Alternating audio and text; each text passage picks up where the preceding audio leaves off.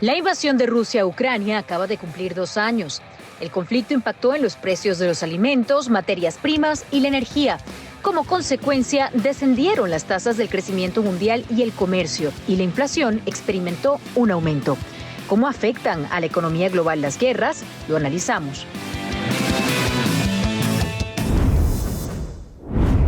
Y es que sin lugar a dudas, este es el tema estas últimas semanas. Y vamos a analizarlo junto a mi siguiente invitado. Le damos la bienvenida a CNN Dinero al señor Renato Grandmont, director de inversiones de Link Capital Advisors, quien se encuentra con nosotros en vivo desde Greenwich, Connecticut. Bienvenido. Gracias por acompañarnos hoy en CNN Dinero. Muchas gracias, Alejandra. Un placer estar aquí contigo. En cuanto a la economía se refiere, Renato, ¿cuál ha sido el mayor impacto económico de esta guerra entre Rusia y Ucrania? Mira, yo te diría que el mayor impacto es un impacto geopolítico, porque a pesar de que la guerra empezó ya hace 2 años, como bien lo dijiste, ya vamos empezando el tercer año, hubo un impacto económico a nivel global, las economías bajaron un poco la tasa de crecimiento, pero los impactos, lo que es sorprendente es que los impactos en Rusia han sido relativamente pequeños. La economía rusa el año pasado creció 3,6%, mientras que Estados Unidos creció 2,5%, y Europa creció solo el 0,5%. Entonces, uno se tiene que preguntar por qué está pasando eso cuando Estados Unidos ha tomado tantas medidas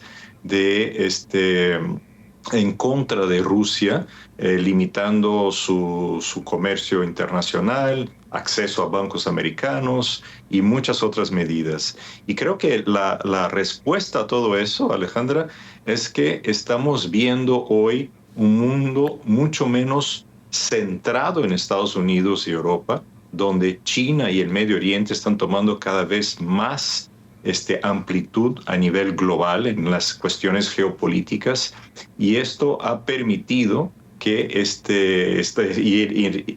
que Rusia no se afectara tanto, y que vemos como esta polarización global se está volviendo multipaíses, donde China, India, el Medio Oriente tienen un peso cada vez más importante en la economía global, y ellos, al no estar totalmente de acuerdo con la visión americana sobre la situación en Ucrania, pues han permitido que Rusia pues, no tenga un descenso económico tan fuerte como hubiera tenido si es que solo fueran los impactos de las sanciones americanas. Rusia sí se ha adaptado a la amplia gama de las sanciones impuestas por las naciones occidentales, y es que lejos de ceder bajo el peso de estas sanciones, hay que analizar algo que a mí me impresionó, la verdad, y es que la economía rusa es de hecho un 1% más grande que en vísperas de la invasión. ¿Cómo lo han logrado y cuánto ha influido precisamente este conflicto bélico en este aumento económico?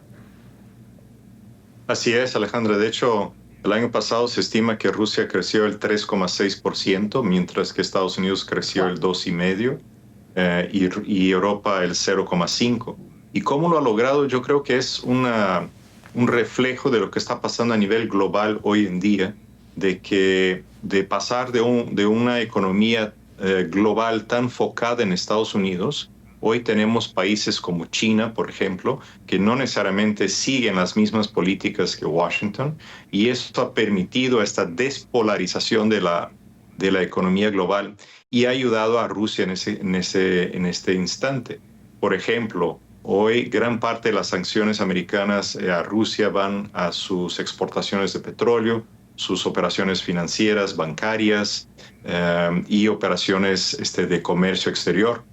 Pero Rusia se ha volteado hacia China y a India y al Medio Oriente, y países que no suscriben a lo que pide Washington, y están creciendo, tanto China como India como el Medio Oriente, a tasas de crecimiento muy rápido, y Rusia se ha alineado más bien con ellos en vez de alinearse con Europa y con Estados Unidos.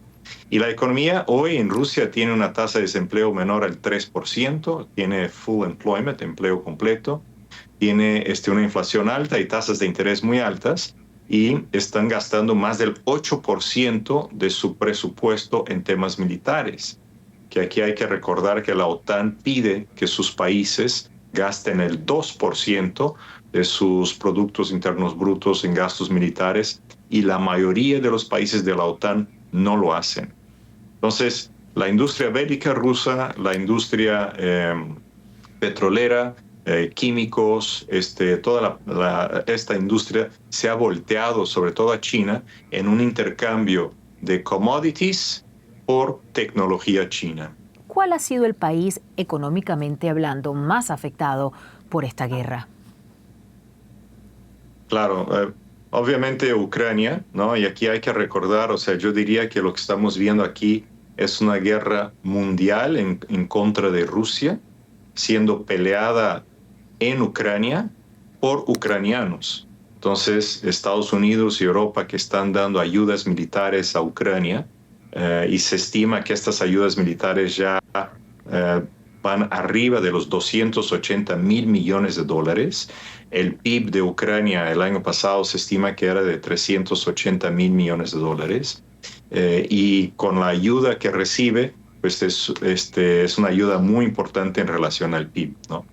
Pero claramente el país más afectado es Ucrania. Al principio del conflicto vimos gran preocupación, por ejemplo, en el mercado de trigo, el mercado de granos, porque Ucrania es gran exportador de granos, pero esto se normalizó relativamente rápido y hay otros países que se han beneficiado con eso.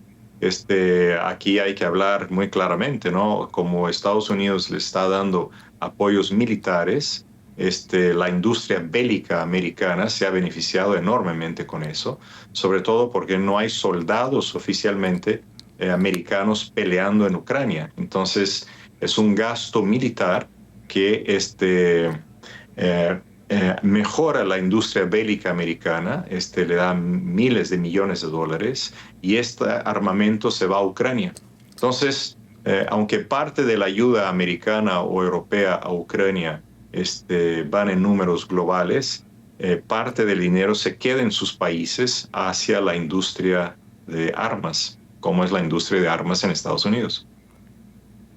Honestamente, lamento que una economía mejore por conflictos bélicos o por la industria de municiones o de armamentos, como acabas de mencionar en el caso de Estados Unidos. Hay muchas más maneras de mejorar una economía.